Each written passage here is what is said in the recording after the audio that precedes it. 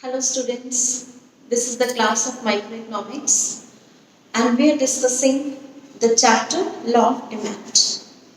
In this chapter, today our topic, our question is, why does demand curve slope downwards? Or why does the demand curve slopes negatively?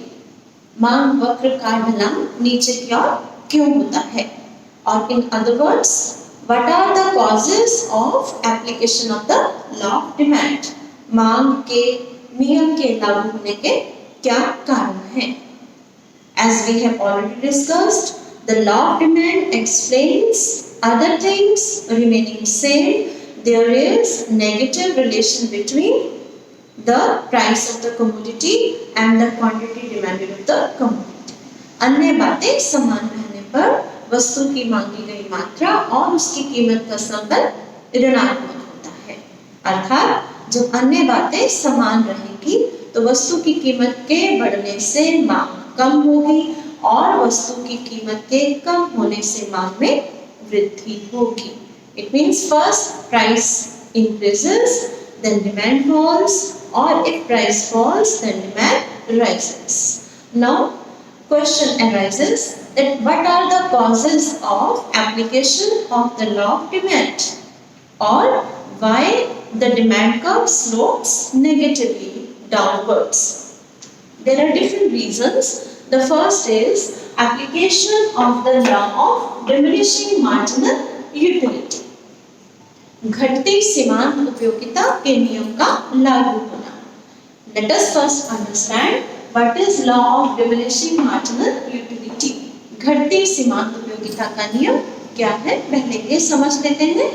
This law states that as a consumer goes on consuming additional units of a commodity, the additional satisfaction or the marginal utility that goes on diminishing.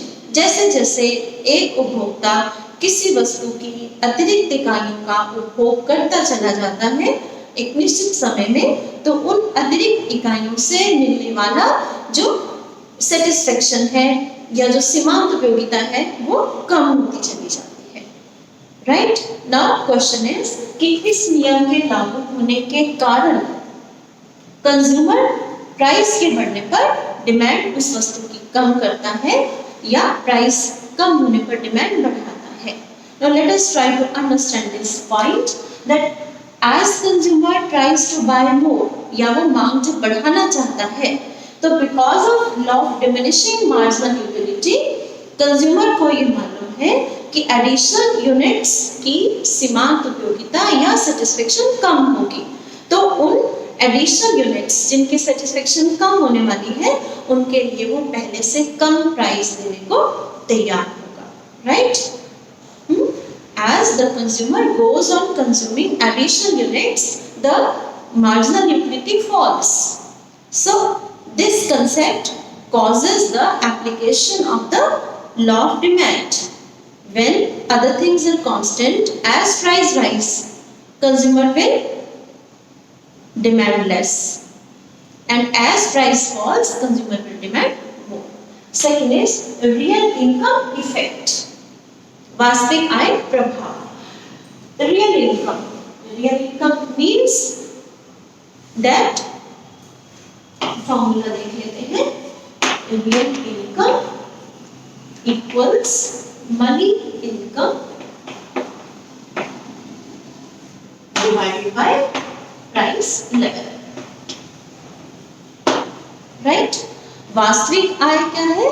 यह है हमारी मौद्रिक आय की क्रय शक्ति है. Real income is the purchasing power of our money income. अब अगर प्राइसेस बढ़ते, अगर मनी इनकम कांस्टेंट है तो प्राइसेस के बढ़ने से रियल इनकम कम होगी और प्राइसेस के कम होने से रियल इनकम बढ़ जाएगी. ठीक है. अब जब प्राइस चेंज होगा कमोडिटी का तो रियल इनकम भी चेंज होगी. This effect is called the real income effect. For example, उदाहरण के लिए मान लीजिए एक्स वस्तु की कीमत कम हो गई.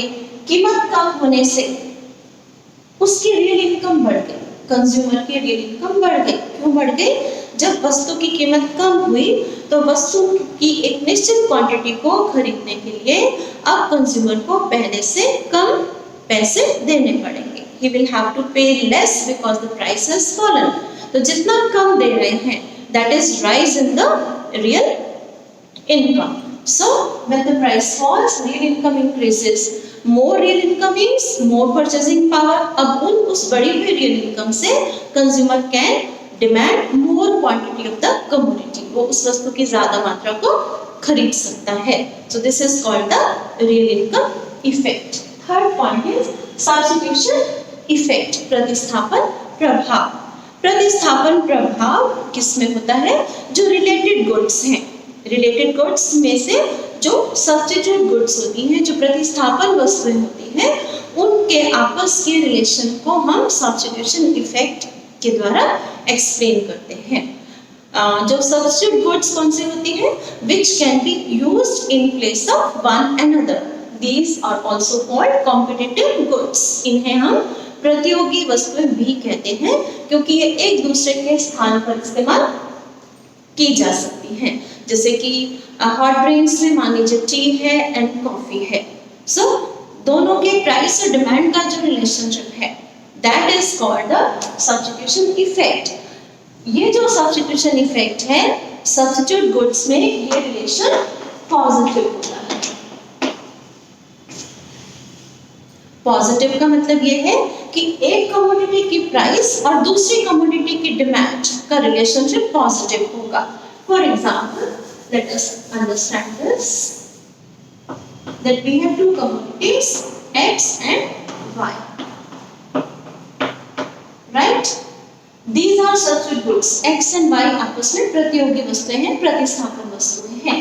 तो substitution effect में हम X वस्तु की प्राइस और Y वस्तु की डिमांड के संबंध को एस्टेब्लिश करें। मान लीजिए x की प्राइस कम हो गई, when the price of x falls, it means this product has become cheaper as compared to y. ठीक है? और सिंप्लीफाई करते हैं, मान लीजिए x और y दोनों की प्राइस पहले एक जैसी है, एक रुपए है, लेकिन अब y की प्राइस तो कांस्टेंट है, लेकिन x की प्राइस कम हो गई, तो x has become cheaper as compared to y. x वस्तु y की तुलना में सस्ती हो गई।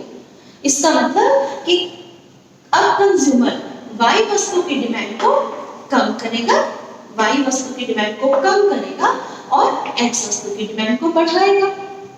ठीक है? तो X की प्राइस के कम होने से Y की डिमांड का कम होना, this is called positive relationship of the substitute goods. ठीक है? अब लॉ ऑफ डिमांड बन गया ये कि when the price of X falls, demand for X rises। कीमत x की जब कम होती है तो x की डिमांड बढ़ती है, लेकिन उसका रीजन क्या है? This is the substitute, because of the substitution effect. x की प्राइस कम हुई तो y की डिमांड कम हो गई, क्योंकि अब कंज्यूमर x को y की तुलना में सस्ता पाते हैं और वो y की जगह पर x को इस्तेमाल करना चाहेंगे, तो y की डिमांड को कम करके x की डिमांड को बढ़ाएंगे। तो एक की प्राइस और दूसरी वस्तु की डिमांड का रिलेशनशिप सब्स्टिट्यूट गुड्स में पॉजिटिव होगा। Next point is size of the consumer group. उपभोक्ता समूह का जो आकार है, means number of consumers in the market. When price falls, then those consumers who were earlier not buying the product, now they will also start buying that commodity. जब वस्तु सस्ती होती है तो वो लोग जो पहले उसे नहीं खरीद पाते, अब उसे खरीद सकेंगे, इसलिए साइज ऑफ कंज्यूमर ग्रुप बढ़ जाता है। फॉर एग्जांपल, मान लीजिए पहले 1000 कंज्यूमर्स थे मार्केट में, अब प्राइस कम होने से जो है और लोगों ने भी खरीदना शुरू कर दिया और कंज्यूमर ग्रुप बढ़कर जो है वो 1500 हो गया, तो 500 न्यू कंज्यूमर्स ऐड अप हो गए। तो इट मींस जो टोटल मार्केट डिमांड है दैट विल राइज।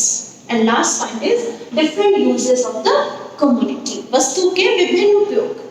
वो कमोडिटीज जिनके मल्टीपल यूजेस हैं, लाइक मिल्क और शुगर और फ्लोर, जिनके मल्टीपल यूजेस हैं, तो जब उन कमोडिटीज की प्राइस कम होगी, देन कंज्यूमर उन्हें एक से अधिक यूजेस में इस्तेमाल करेगा। consumer will put the commodity into multiple uses, into large number of uses. The total product की डिमांड बढ़ जाएगी, but as the price rises, consumer उसका इस्तेमाल केवल important use में ही करेगा, तो डिमांड कम हो जाएगी. ठीक है. सो जैसे ही प्राइस कम होगा, डिफरेंट यूजेस में उसका इस्तेमाल बढ़ेगा तो डिमांड बढ़ेगी, और जैसे ही प्राइस बढ़ता है डिफरेंट यूजेस का इस्तेमाल कम हो जाएगा, या रादर इंपॉर्टेंट यूजेस में ही उसे इस्तेमाल करेंगे तो कमोडिटी की जो डिमांड है वो कम हो जाएगी. ठीक है. So these are the main reasons for the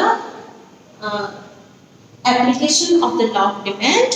और यू कैन से कि इन कारणों की वजह से मांग वक्र का ढलान जो है वो ऋणात्मक होता है.